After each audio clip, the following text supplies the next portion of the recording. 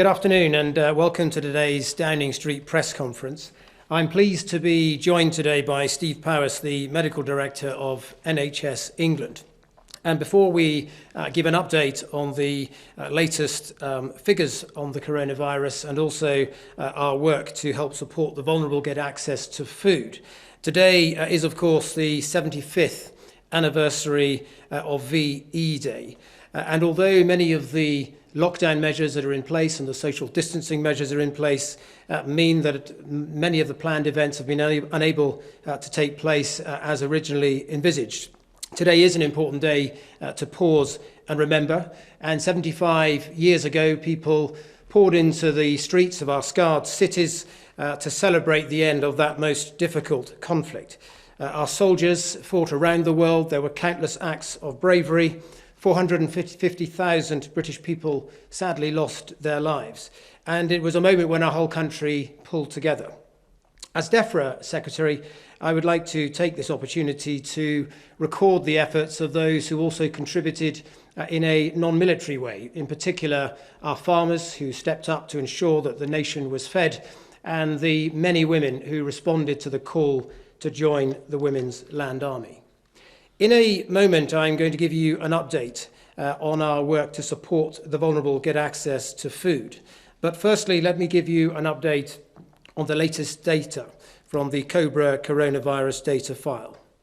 I can report that through the government's ongoing monitoring and testing programme, as of today, 1,631,561 tests for coronavirus have now been carried out in the UK, including 97,029 tests carried out yesterday. 211,364 people have tested positive, and that's an increase of 4,649 cases since yesterday. 11,788 people are currently in hospital with the coronavirus, down from 12,688 the previous day. And sadly, of those tested positive for coronavirus across all settings, 31,241 have now died. That's an increase of 626 fatalities since yesterday. This new figure includes deaths in all settings, not just in hospitals. And we express our deepest condolences to the families and friends of these victims. Turning now to our work to help the vulnerable get access to food. Firstly, for the so-called shielded cohort, that's those who are clinically vulnerable, over 1 million food parcels have now been delivered to these households.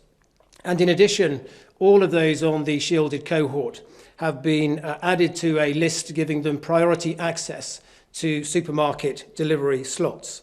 So far, around 400,000 people have been offered priority delivery slots by supermarkets, and around 1 million orders have been placed, ensuring that people can shop normally and purchase the goods that they want to buy.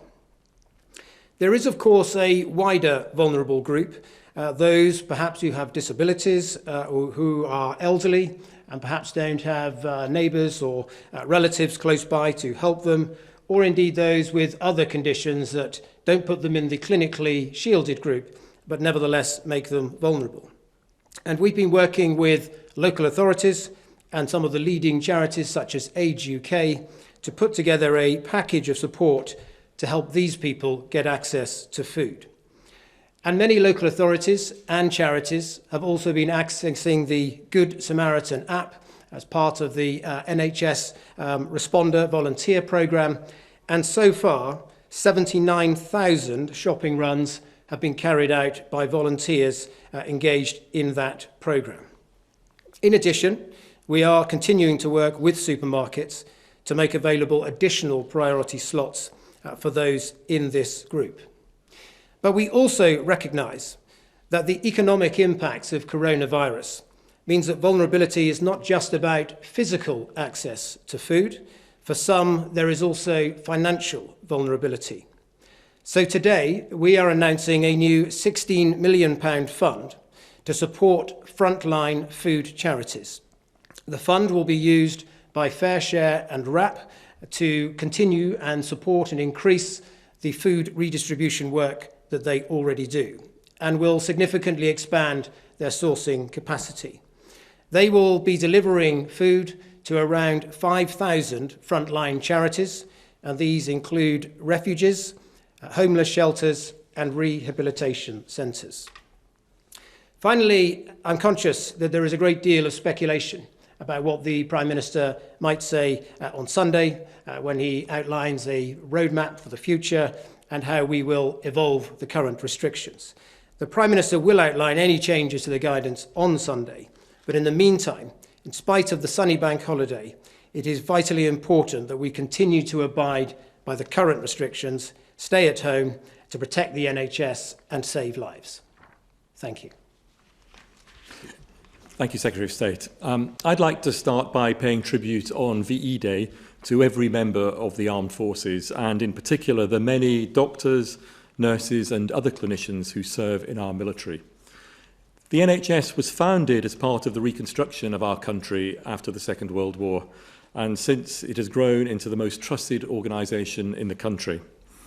Along with our armed forces and other public service organisations, the NHS is a rock for people in times of uncertainty. And as we've all found our way through this global pandemic, I'm proud of the partnership that the NHS and our armed forces have forged to give people the help that they need. In constructing the Nightingales, our extra capacity to back up existing intensive care services, the Army and the NHS has worked hand in hand and achieved something quite extraordinary. And I know my colleagues working on the front line of the NHS have been extremely grateful for all the help that the military have offered government in the distribution of protective equipment. So today, as we celebrate the service and dedication of our armed forces personnel, I want to remind those serving in the military that the NHS repays your service with tailored care, whether that's physical rehabilitation or specialist mental health care, in particular to help veterans to make the transition into civilian life. While a growing number of veterans have been referred for help year on year, latest data indicates a drop in the number of people reaching out to specialist services in April. So for any military families watching today, remember that if you need medical help, as is the same for anybody who needs help, particularly emergency help, then please come to us in the NHS. I'd now like to move to the daily presentation of data slides. The first slide is a reminder that I won't go through in detail today because you have seen it many times before, of the 5 tests that the government has set for adjusting the lockdown. In the next slide, we have a slide, as is usual, looking at how the public have been complying with the social distancing instructions that we've all been given. This is data from Google, and it shows a 7-day rolling average of the mobility of the public in various places. And you will see when it comes to transport and retail and recreation and the workplace, there has been a dramatic reduction since the social distancing measures were introduced. A little bit of an uptick in workplaces, but I would remind you that people are clearly working in some workplaces, although many are working from home. One other thing to point out, in parks, you will see that there's a bit of variation in use of parks, which I'm sure is consistent with sunny weather and people going out a little bit more. In the next slide, we look at the daily tests. You've heard the data for yesterday, and you will see that there has been an increase in the number of tests at the end of April and into May. In the next slide, you will see how that testing capacity is reflected in new cases. You will see a steady number of new cases being reported, and these remember, are those individuals who test positive in the testing programme. But as the capacity has increased, that number has not increased dramatically, reflecting that the social distancing measures are being complied with, they're working, and overall the spread of this virus is reducing in the community. In the next slide, we show how that translates into those that unfortunately have to receive hospital care. And again, remember that for the majority of people, over 80%, this is a mild illness, flu-like illness that you can stay at home with, but for some it does require hospital admission. And you will see that hospital admissions peaked and plateaued around the middle of April, and since they have been falling. Most obviously in London, where the number of cases was highest, but also maybe a little bit more slowly, but certainly in other parts of the UK. And there has now been quite a decrease in the number of people in hospital with COVID-19. And then for the sickest patients, in the next slide, you can see the usage of critical care beds for patients who have COVID-19. Again, a minority, but these are the sickest patients who require the most intensive care. This shows a proportion of beds, and you can see that that proportion has again been falling since the middle of April and is now down at below a third. And the absolute numbers of patients in critical care beds with COVID-19 is similarly falling. And then finally, we show data on deaths, and sadly, you will have just heard of another 626 deaths in all settings today. But you can also see from this slide that when looking at the 7-day rolling average, which means that we can correct for changes from day to day, there again is a decline in overall deaths that again has been occurring from the middle to end of April. And then last is the international comparison. This shows the UK, all settings now with a lag on it. Well, sorry, not with a lag on it, but UK all settings set from a particular start point for all countries. And again, the usual caveats that we give, that comparisons between different countries is difficult, and it will only be excess mortality, all-cause mortality over a period of time of the pandemic that will be probably the best way to make this sort of comparison. Thank you. Thank you, Stephen. And we'll now turn to questions, starting with our first member of the public with a question, and that's Alex from Felixstowe. What is happening with Brexit and the COVID-19 lockdown? Has it been put on hold, or are you still going ahead with it? Thank you very much, Alex. We're still going ahead with it. Brexit, in fact, is something that has already happened. We left the European Union at the end of January. We have a transition period that ends at the end of this year, and we will still be ending that transition period on time as planned. And we are still doing whatever planning is necessary to ensure that after that transition period, we can trade normally and function normally as a country. Turning now to Heidi from Romford. And Heidi's question is, how will the Contact app work properly when a lot of the older generation do not have smartphones? They are the ones that need to know who has COVID-19 the most, but they won't know and will still be in danger.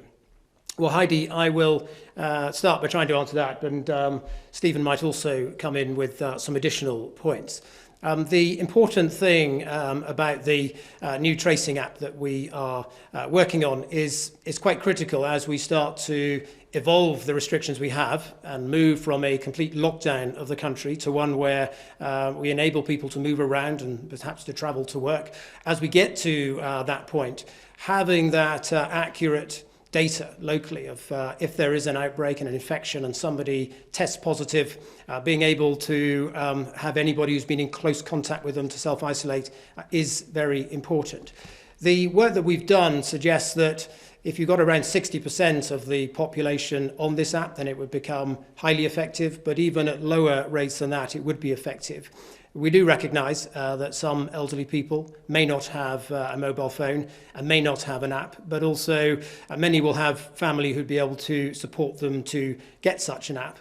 And of course, some of those, particularly the shielded group, may indeed continue to stay at home for longer periods of times and protect themselves.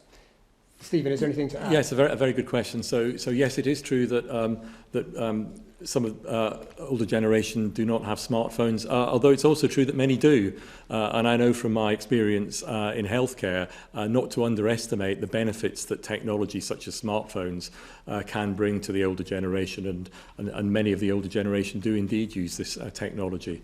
And of course the older generation are not the only people in society who may not have smartphones, so it's absolutely correct that the app will not be the only way in which we will be able to monitor and track down people or track down contacts of people who have coronavirus going forward. It will be an important part, but it will not be the only part. Thank you, Stephen. And the next question we've got is Ben Wright from the BBC. Go ahead, Ben.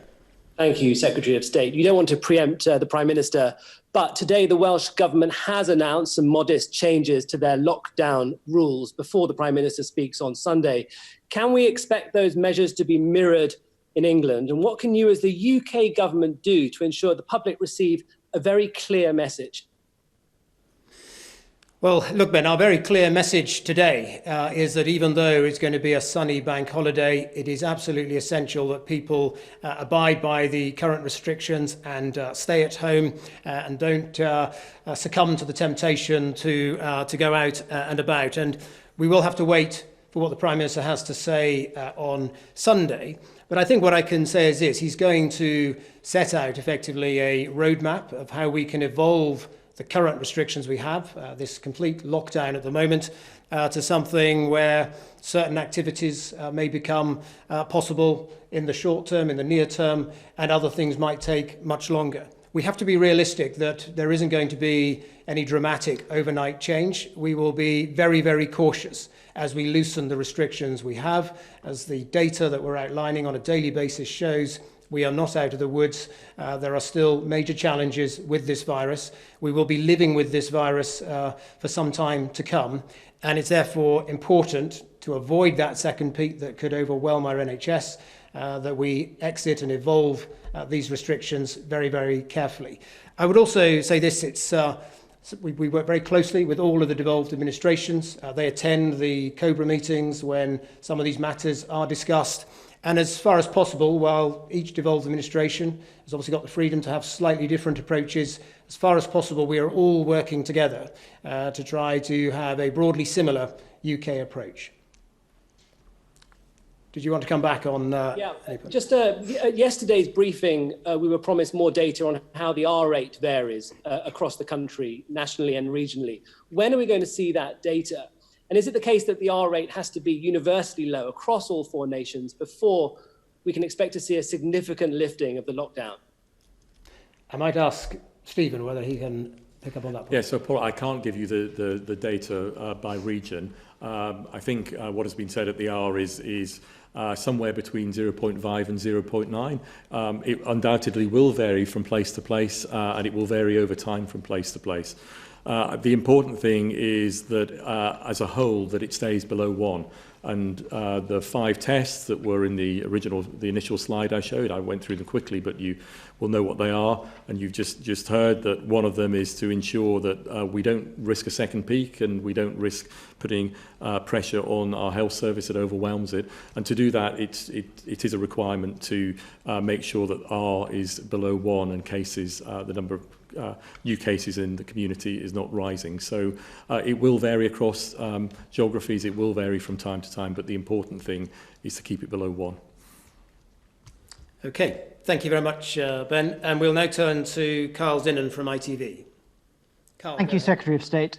Are you disappointed, given the news from the Welsh First Minister today, that the 4 nations don't look like they will be taking exactly the same approach to the handling of this virus?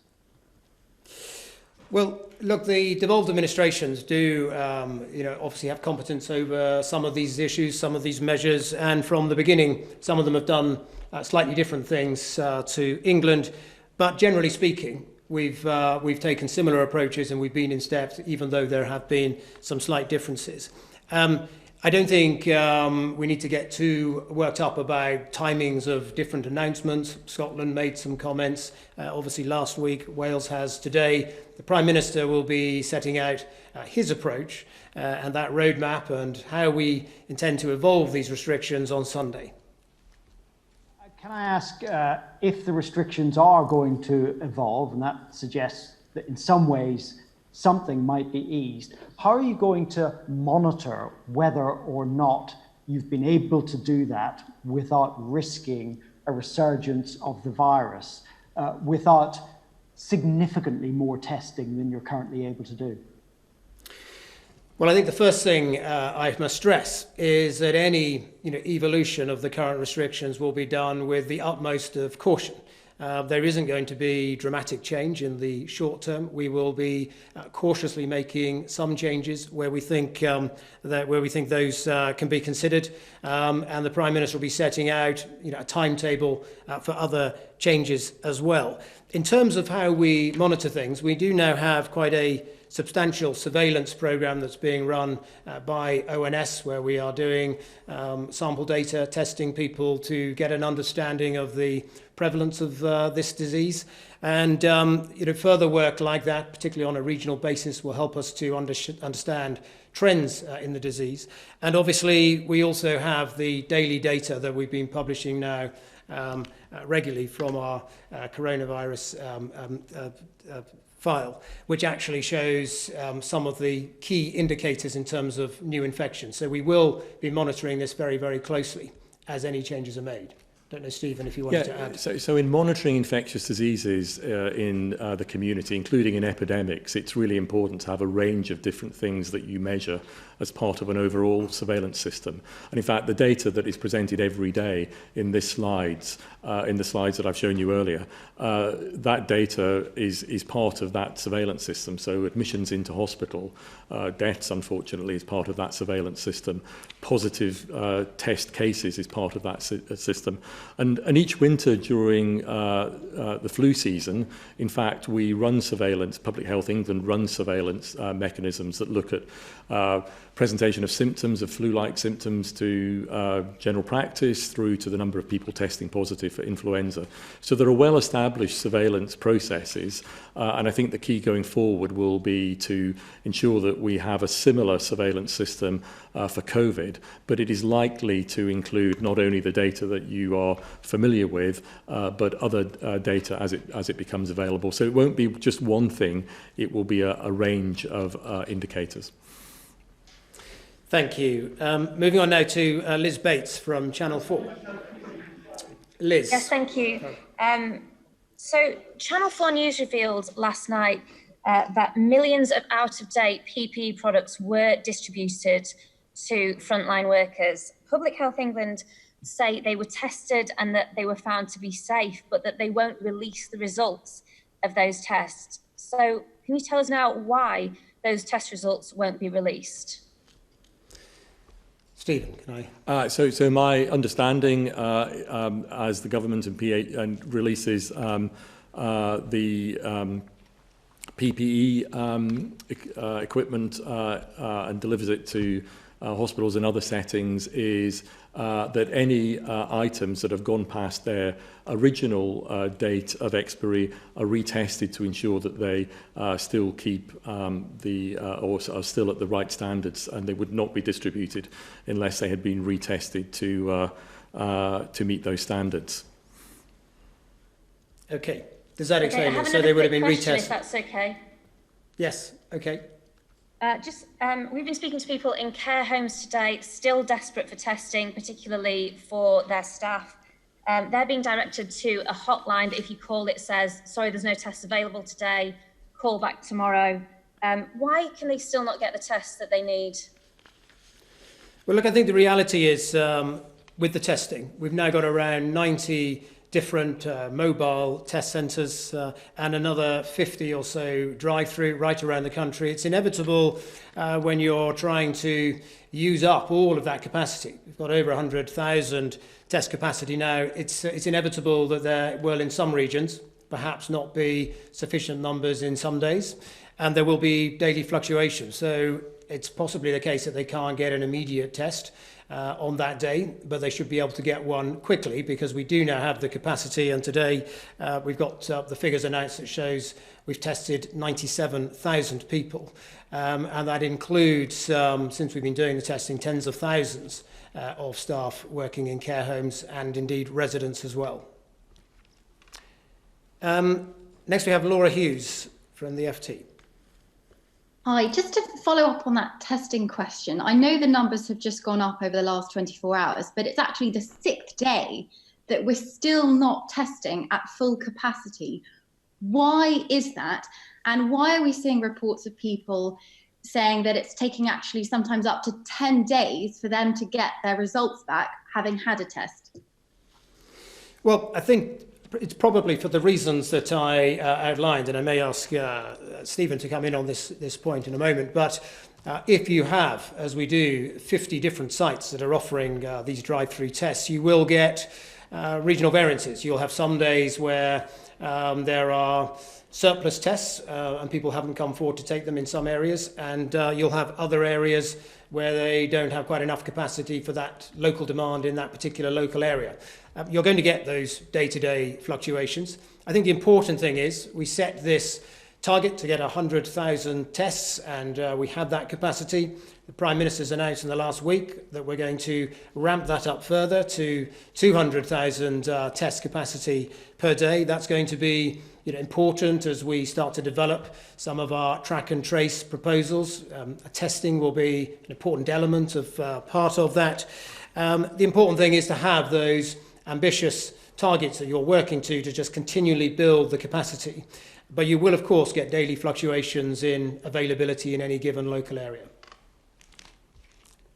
Would you like to, does that answer your question? Or any other if I could ask you a separate question, would you like to see more fast food outlets like McDonald's start to reopen? Were you disappointed that a number of fast food retailers actually closed? Do you feel like they could have stayed open safely? And if you do want to encourage them to open up again, what are you doing to ensure they feel that they can do that safely? Well, I have had a number of discussions with some of the food-to-go outlets, companies such as McDonald's and KFC and Costa Coffee and so on. It is the case that when we originally did the lockdown, we were quite explicit that it didn't cover takeaway food. And while clearly restaurants and pubs had to close, we were quite keen to keep that capacity to be able to do takeaway food for people, and that was clear in the guidance. I think there were a number of reasons why these companies took a decision themselves of their own volition to close. Firstly, footfall in the town centres was obviously down, so where they had branches in town centres, they found that they couldn't really make them viable. They had issues with anxiety among some of their staff.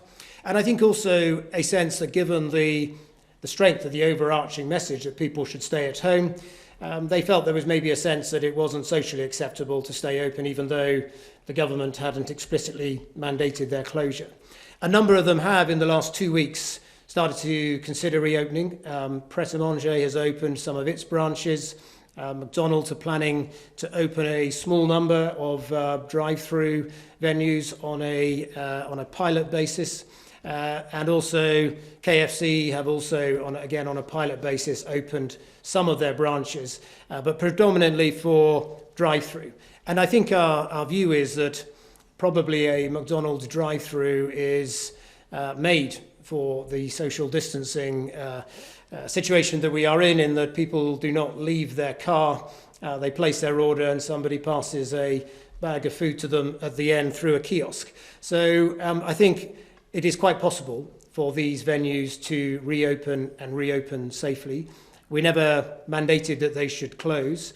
We've learnt a lot from supermarkets and other food outlets about how you can do social distancing and do it well. And I think some of those food-to-go businesses will probably be seeking to learn lessons from what supermarkets have done as they consider tentatively reopening. And I think all of them will do this in a cautious way, just as any further evolution in government policy will be cautious. Thank you. We now have Sean Linton from The Independent.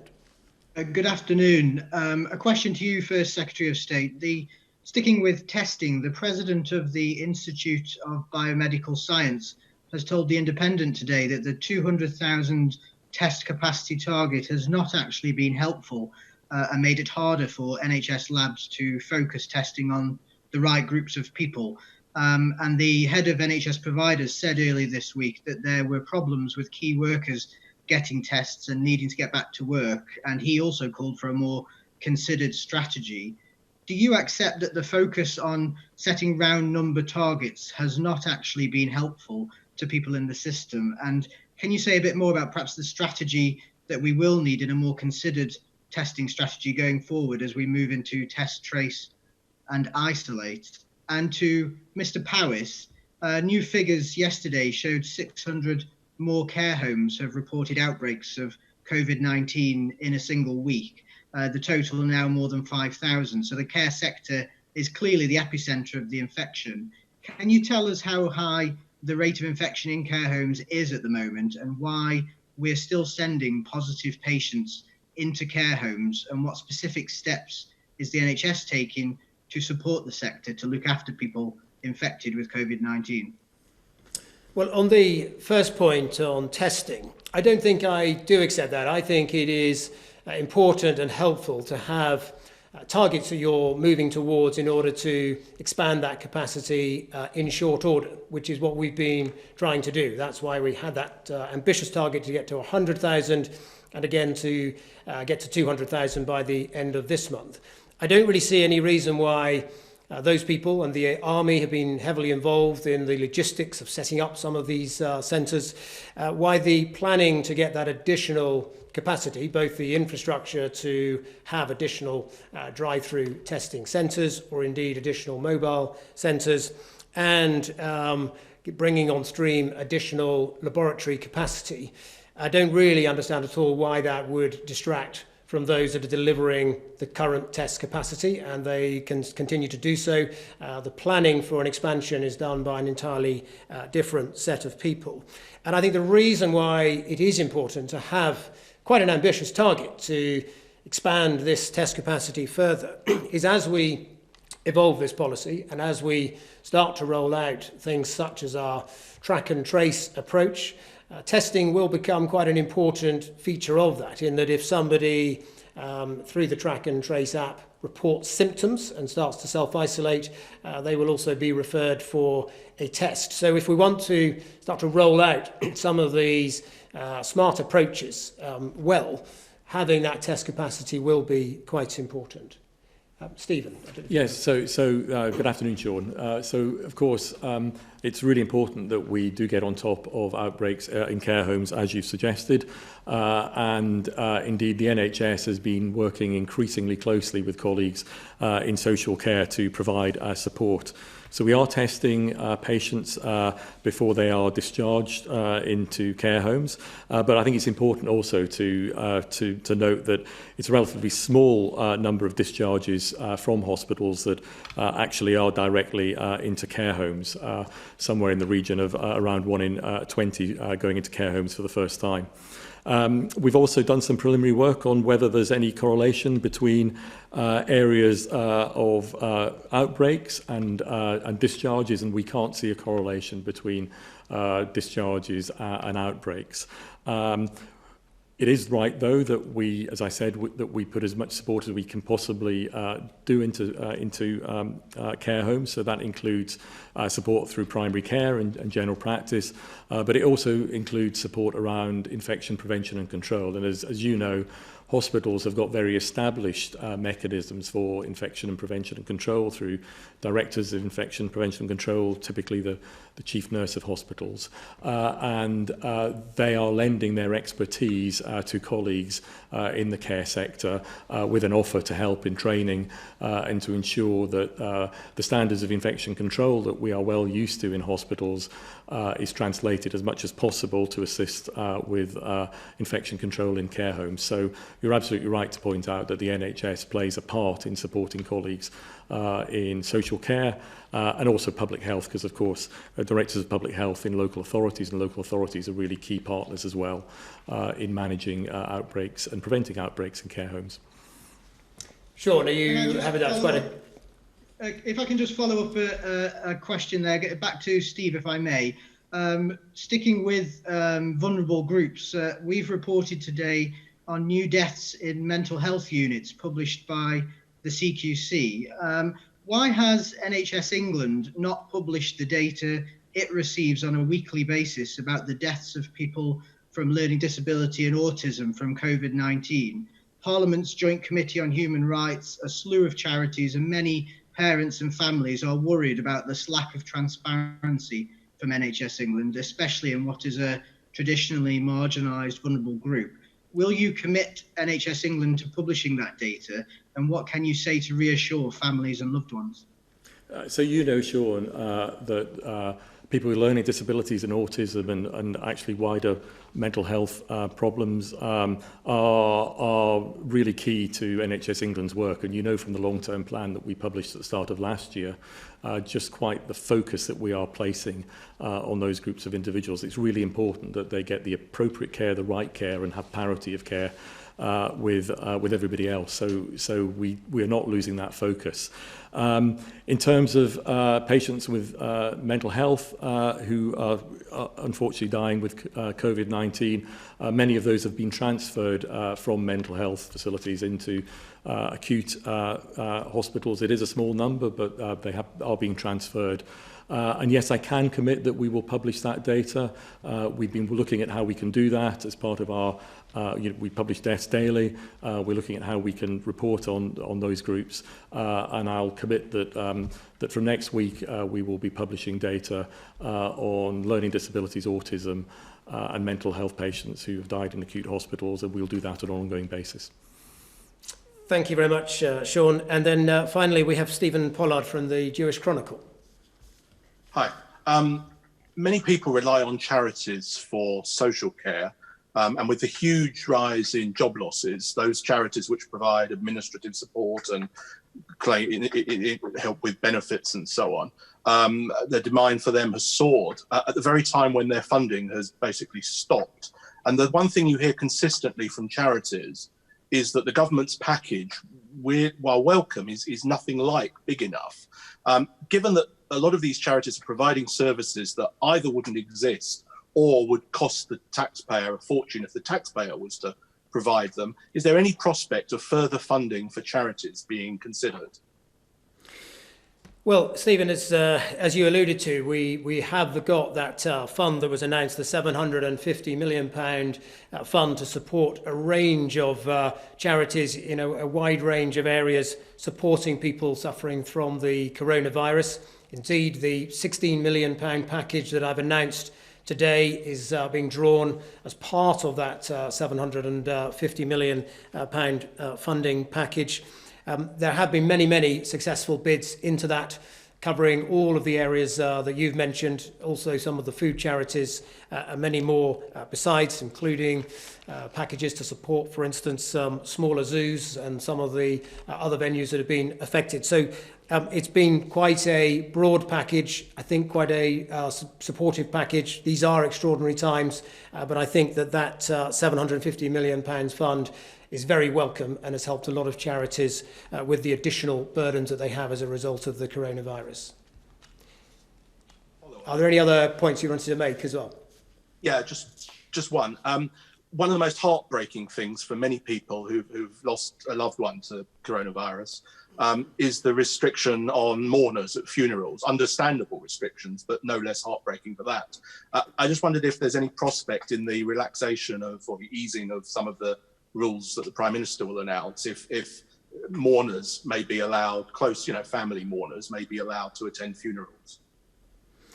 Well, I completely understand the point you're making, and look, this is a very sensitive issue, and I also know that because gatherings at places of worship have also been stopped for lots of people from many different religions, that has also affected them as well. But it is funerals, I think, that are the hardest here.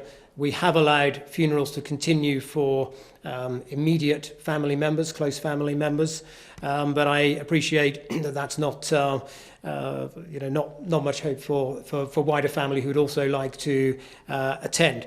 This is an area that we will be looking at closely. Obviously, I can't prejudge what the Prime Minister might say on Sunday, but I can reassure you that we're very, very conscious that this is an incredibly sensitive matter, that people want the opportunity to pay their last respects.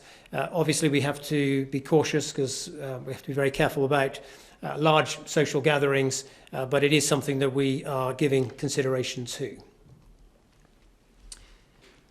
Right. Thank you very much. That's the end of the questions that we've got today. I would also, again, as I've done before, just like to conclude by recording my thanks to all of those working in the food industry, from supermarkets and food manufacturers right through to farmers. There's really been quite an extraordinary effort over the last couple of months to ensure that we keep food on our supermarket shelves. But thank you all very much.